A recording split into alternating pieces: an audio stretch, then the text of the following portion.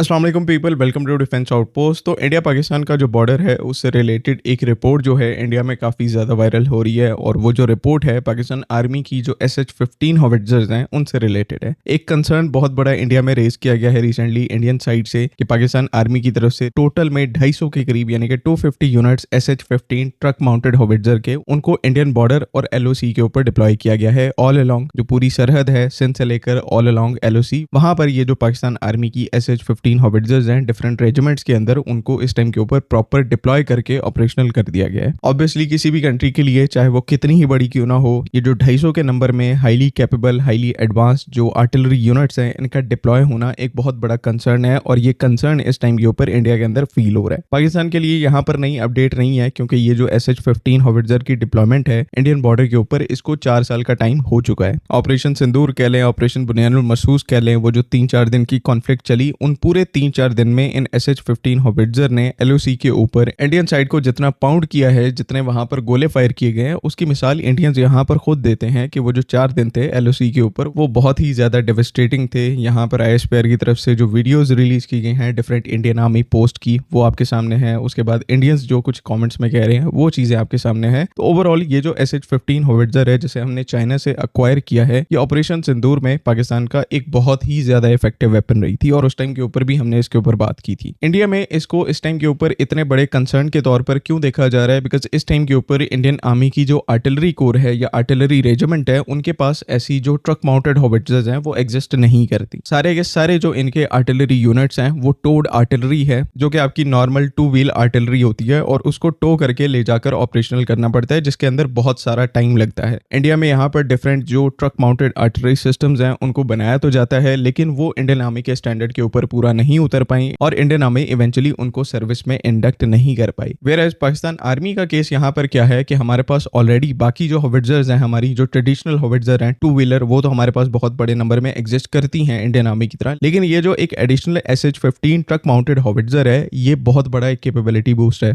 Normal artillery के comparison में SH-15 के साथ जो आपको कैपेबिलिटी देखने को मिलती है वो बिल्कुल ही पूरे तरीके से अनमैच्ड है, क्योंकि यहाँ पर एक ट्रक माउंटेड चैसी है, तो आप कहीं पर भी बहुत छोटे क्रू के साथ इस आर्टिलरी को लेके जा सकते हैं। शूट एंड स्कूट की कैपेबिलिटी है, किसी एक पोजीशन के ऊपर बहुत जल्दी इसको सेटअप करके जो फायरिंग पोजीशन है उसके अंदर आया जा सकता है, और जब एक सेशन कंप्लीट हो जाए तो एक बहुत रैपिड पेस के साथ इसको पैकअप करके ये जो एक यूनिट है SH-15 का, उसको डिफरेंट लोकेशन के ऊपर मूव किया जा सकता है। मई का जो कॉन्फ्लिक्ट चला यही कुछ पाकिस्तान आर्मी की तरफ से रिपीट किया गया। पाकिस्तान आर्मी के जो डिफरेंट ट्रूप्स हैं उनको ट्रेन किया गया था इसके ऊपर, तो वो साथ में इस हॉविट्जर के थ्रू जो है इंडियन आर्मी के ऊपर फायर भी करते रहे, और साथ ही साथ शूट एंड स्कूट के थ्रू अपनी पोजीशंस को भी चेंज करते रहे। तो ऐसी हॉविट्जर के 50-60 यूनिट भी आपकी आर्मी के पास हो तो वो एक बहुत बड़ा कैपेबिलिटी बूस्ट होता है। पाकिस्तान आर्मी में ये जो इंडियन रिपोर्ट अभी निकल के आई है, इसके मुताबिक पाकिस्तान आर्मी में 250 के करीब जो SH-15 हॉविट्जर्स हैं वो इस टाइम के ऊपर ऑपरेशनल है। लेकिन रियलिटी की बात करेंगे तो ये नंबर जो है वो रिपोर्ट से बहुत ज्यादा ऊपर है। 2019 में चाइना के साथ $512 मिलियन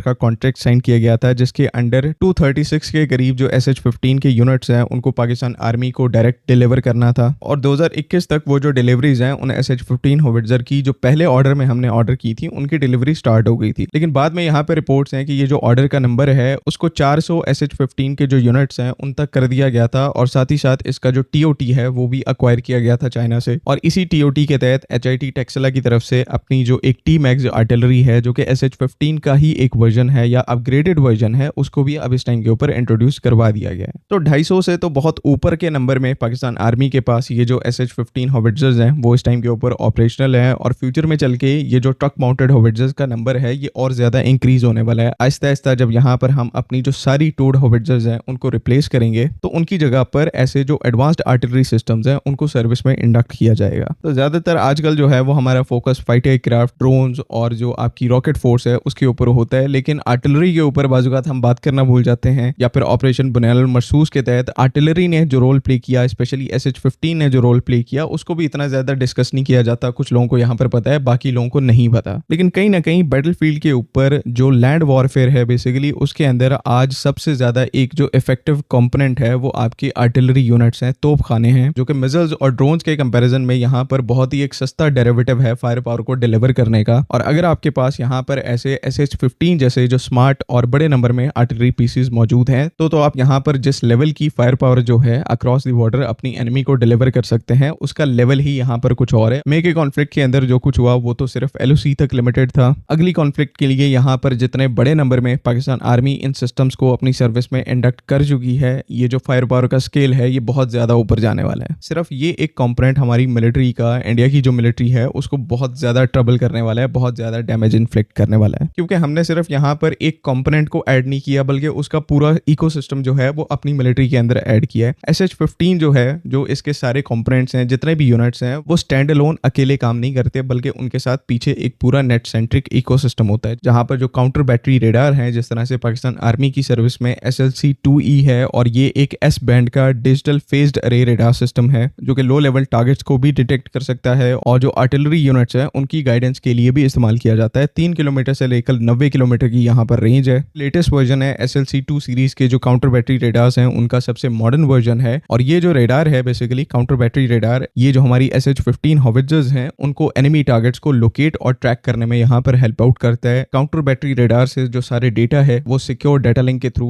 जो इन SH-15 हॉविट्जर्स के ऑनबोर्ड फायर कंट्रोल सिस्टम्स हैं उनको ट्रांसफर किया जाता है और देन यहाँ पर उन्हीं टारगेट कोऑर्डिनेट्स का यूज करते हुए SH-15 हॉविट्जर जो है वो एक बहुत बड़े नंबर में जो आर्टिलरी शेल्स हैं उनको टारगेट के ऊपर डिलीवर करती है। तो इस पूरी सिचुएशन की खूबसूरती यहाँ पर क्या है कि ये सिर्फ एक कंपोनेंट है पाकिस्तान की मिलिट्री की ऑफेंसिव कैपेबिलिटी का। रॉकेट फोर्स अपनी जगह, उसके तहत जो सारे फतह वेपन सिस्टम्स हैं वो अपनी जगह, जो लॉइटिंग मुनिशन है 1500 किलोमीटर के, 2000 किलोमीटर के, 1000 किलोमीटर के, वो अपनी जगह, और ये जो एक कंपोनेंट है आर्टिलरी यूनिट्स का इतने बड़े नंबर में SH-15 जैसी जो ट्रक माउंटेड हॉविट्जर है, आर्टिलरी है, उसका ये यहाँ पर एक सेपरेट पॉइंट है। तो आज आकर बात जो है वो स्ट्रेटेजी और आपकी सिचुएशनल अवेयरनेस के ऊपर डिपेंड करती है कि आपको अपने इर्द गिर्द जो एनवायरनमेंट है उसका कितना पता है और कौन से जो इक्विपमेंट है वो यहाँ पर बेटर तरीके से परफॉर्म कर सकते हैं, उनकी आपको नॉलेज है। ट्रक माउंटेड हॉविट्जर जो है रिसेंट टाइम्स में एक बहुत ही ज्यादा इंपॉर्टेंट वेपन निकल के आया है। जिस तरह की ये कैपेबिलिटी प्रोवाइड करते हैं शूट एंड स्कूट की, पाकिस्तान आर्मी ने इनका जो पोटेंशियल है उसको बहुत टाइम से यहाँ पर यूटिलाइज कर लिया है। डिस्पाइट यहाँ पर कि हमारी अप्रोच जो है वो पूरे तरीके से इंडिजिनस नहीं थी, हमने जो है वो चाइना से प्लेटफॉर्म अक्वायर किया, उसको बाद में यहाँ पर इंडिजनाइज किया, लेकिन एडवांटेज यहाँ पर ये है कि आज हमारे पास नंबर्स भी एग्जिस्ट करते हैं चाइना की मैन्युफैक्चरिंग कैपेबिलिटी की वजह से, और उसी प्लेटफॉर्म का जो ट्रांसफर ऑफ टेक्नोलॉजी है, उसकी जो नो हाउ है वो भी हमारी कंट्री के अंदर एग्जिस्ट करती है। तो अर्जेंट रिक्वायरमेंट के साथ साथ जो हम इंडिजिनस रिक्वायरमेंट है कि हमारा मिलिट्री इक्विपमेंट जो है वो इंडिजिनाइज हो सके, उसकी टेक्नोलॉजी हमारे पास हो, स्मार्ट डिसीजंस के थ्रू हम दोनों रिक्वायरमेंट्स जो हैं एट अ टाइम यहाँ पर पूरी कर पा रहे हैं, और यही आगे चल के हमारे लिए एक बहुत बड़े एडवांटेज के अंदर कन्वर्ट होंगी। आई होप कि तमाम चीजें यहाँ पर क्लियर हैं। आपका कोई ओपिनियन है काइंडली उसको कमेंट्स में जरूर लिखें। बाकी अगली वीडियो तक के लिए अल्लाह हाफिज़। पाकिस्तान जिंदाबाद।